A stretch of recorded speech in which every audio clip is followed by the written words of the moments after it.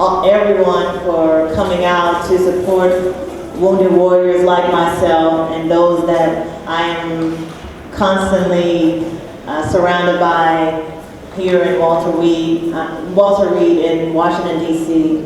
I kind of go back and forth between my studies at Harvard University and getting care at the Walter Reed facility in Washington, D.C. So I'm constantly on the road or on the plane. Like before, I entered into the Air Force in 1998 and was stationed at the Pentagon until that fateful day on September 11, 2001. If it had not been for me being nosy, to be honest, to see what was going on in New York, I would have been one of the casualties. Shortly after 9/11, I was transferred to Bolin Air Force Base while the Pentagon was being rebuilt. I lost a lot of good friends on that day. I lost a lot of people that I knew in passing. Everyone remembers where they were, but unfortunately,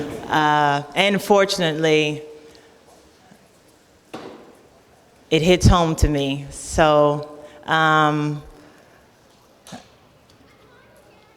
after 9/11, I was deployed to Iraq, and I spent a year there.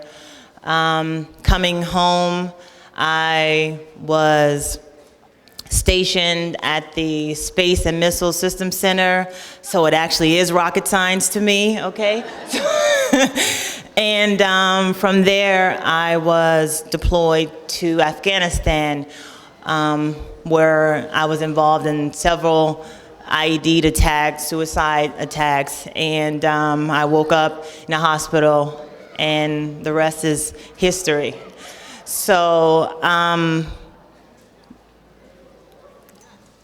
that's a little bit of me. Well, actually, I'll tell you the exciting part. While I was going through the hospital and transition, I really wasn't getting paid, and I didn't have a family or anything like that to care for me, and my bills weren't getting paid, and so I lost my home, I lost my car, I lost everything, and during that time, ABC was doing a story about homeless veterans, and I just got to the shelter that day.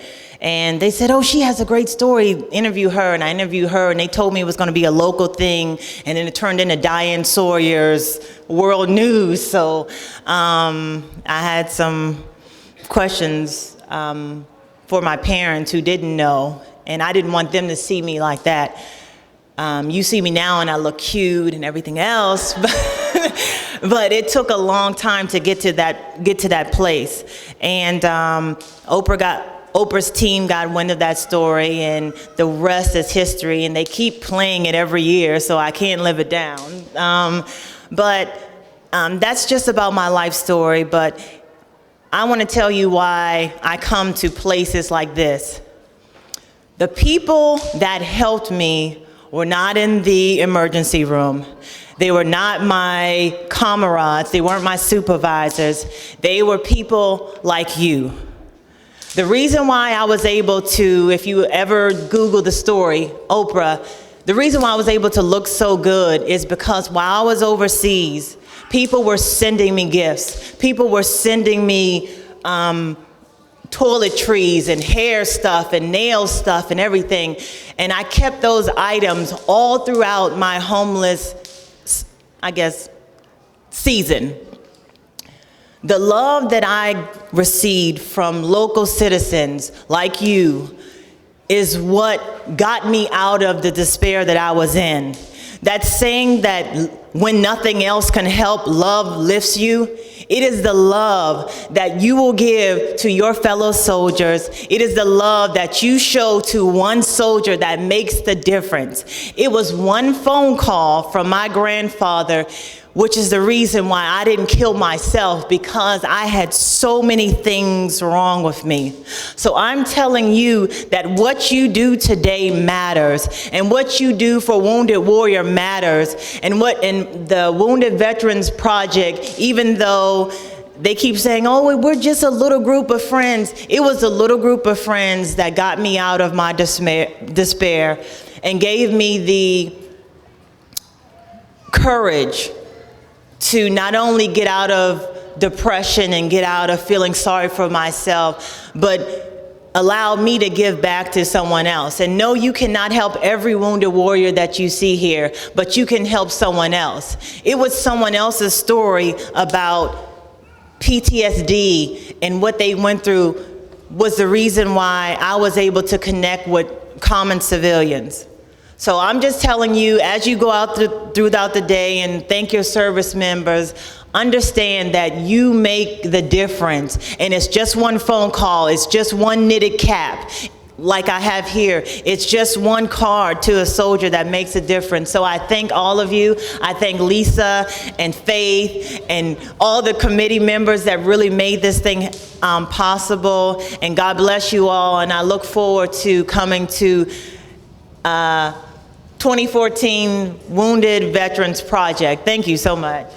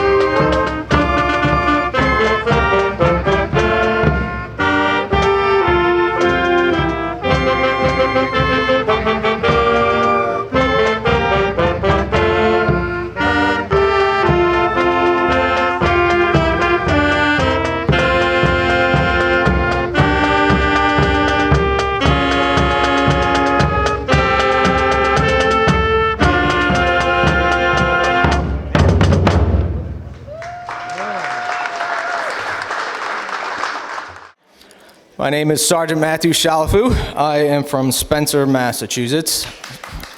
Yay, Spencer. It's bigger than Brimfield.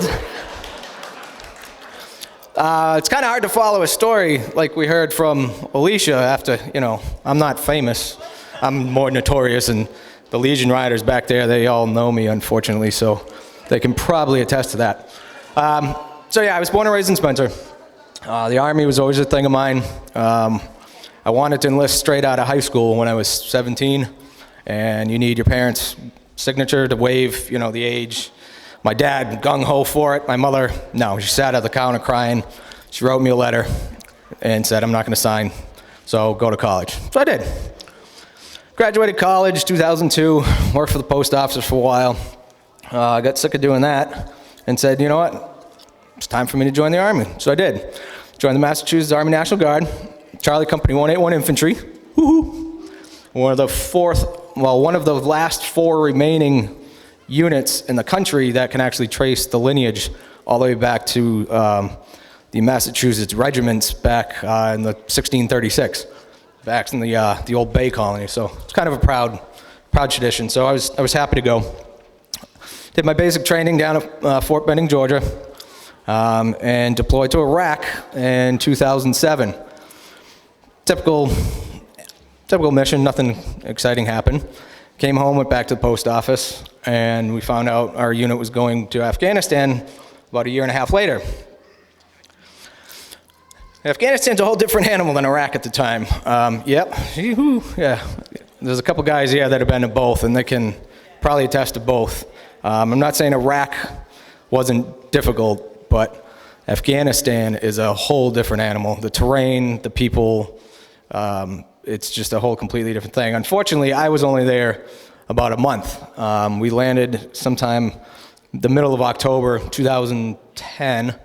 November 28th, the truck I was driving ran over an IED. We were the last truck in a convoy of 8.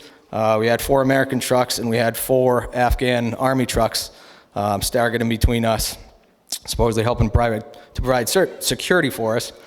That didn't work. The village we had gone to that day, we had went to previously, and we were one of the first American units to visit that part of that country in years, and they actually thought that we were still the Russians. So go figure. They just thought technology had gotten a lot better in the last, 30 or 40 years since the 80s. But so we went. We got a nice welcome from them. It went well, with the exception of one of the kids trying to steal a grenade, and he's stealing some cameras and watches right off your wrist. Other than that, it was fun. We were celebrities. Our medic happened to help a kid out. He was so excited to come see us, he crashed his scooter and got himself all mangled up. And so our doc, a Navy medic, went and helped him out. And so we said, hey, you know what? We're going to go back. It was November. It was getting cold.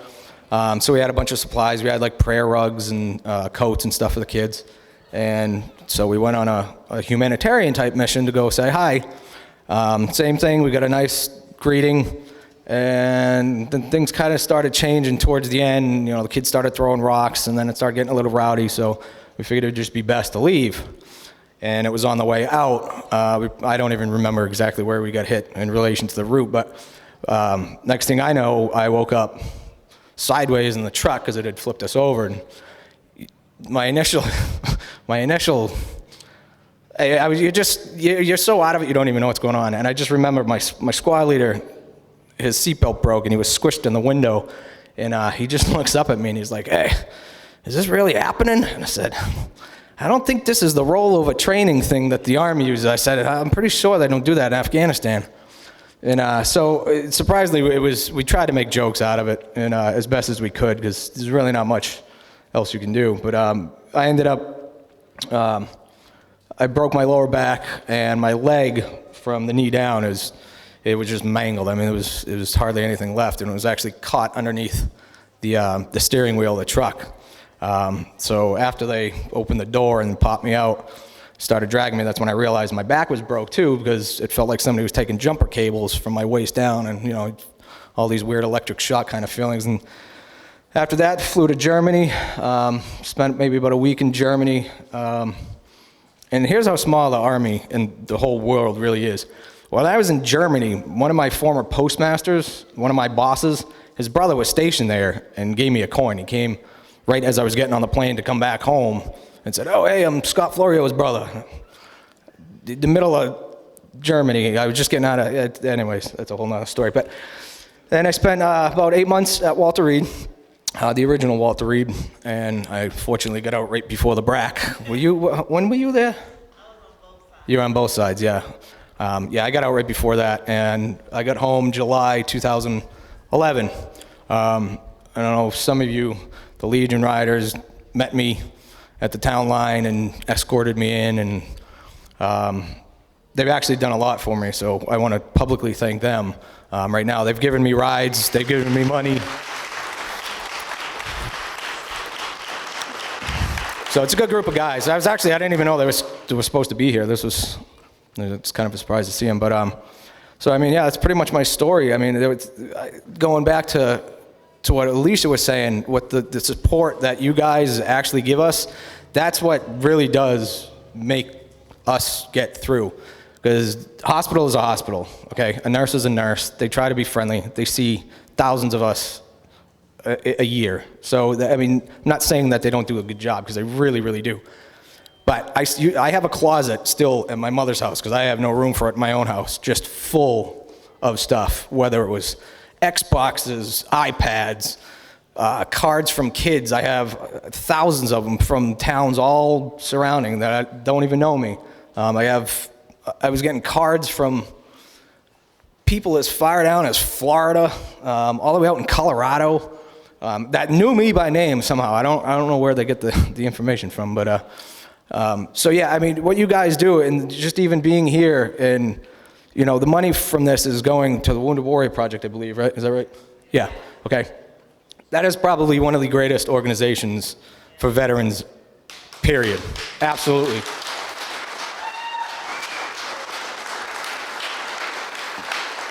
There was a guy, I don't want to take up too much time here, but there's a guy, we used to call him the Milkshake Man, Jim. He was a wounded veteran from Vietnam, and he used to go to McDonald's like every Friday or Thursday and bring milkshakes to all the troops, all the guys that were on the ward. And Jim was, I didn't realize it, he was a double amputee. And he talked like normal, nothing. And he was one of the bigwigs, and he's one of the bigwigs up in the Wounded Warrior Project, and he actually speaks in Congress on behalf of veterans. So the money that goes to the Wounded Warrior Project goes pretty much directly to us. You know, we don't get money, but they take us out to dinner. You know, you're sitting in a hospital bed for 8 months. You know, it gets boring. And hospital food, it's like, seriously? I mean, come on. So, you know, they would take us out to, you know, in downtown DC. We'd go to concerts. We'd go, once I got healthy and I got this funny leg brace thing, I was down in Texas.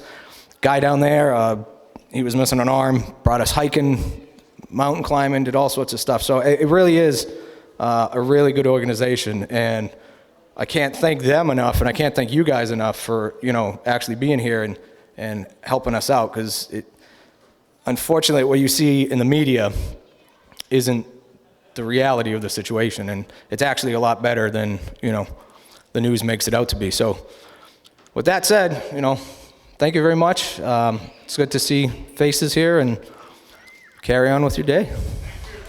Thank you.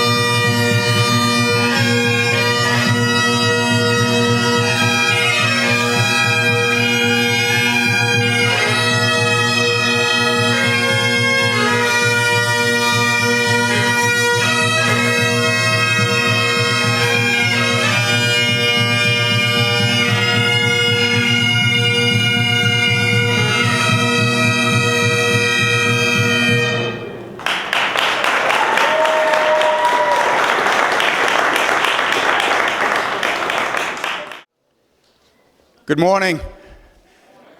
Great to be here doing what we do best, helping other veterans. Before I begin, let me just introduce Dave Caputo, Staff Sergeant, Active Army, as we speak. Desert Storm, Iraqi Freedom.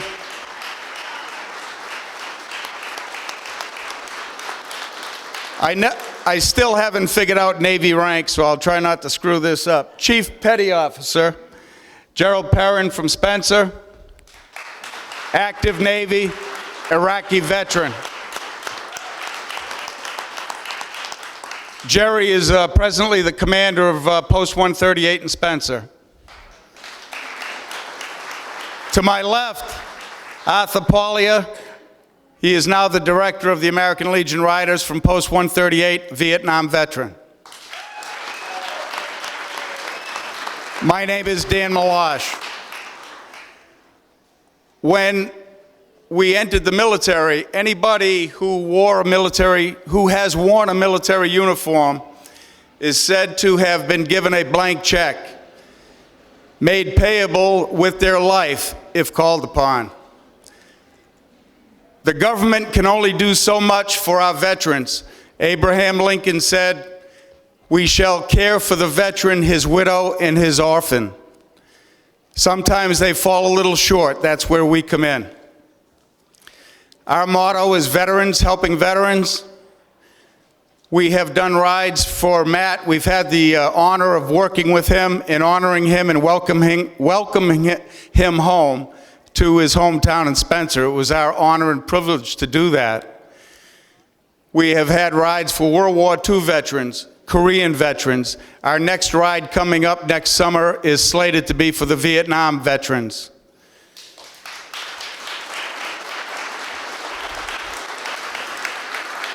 I won't drag this out. I've been asked to make it short because I can talk a dog off a meat wagon sometime. We collected, I say we, Post 138, American Legion, and the American Legion Riders collected this morning $620, which will go to the Wounded Warrior Project.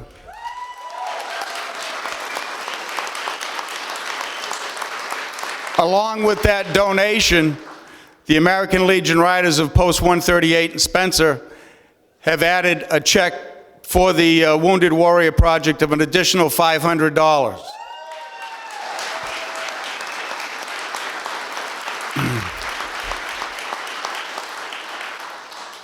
Welcome home. You are not forgotten. Thank you. Good job, Dan.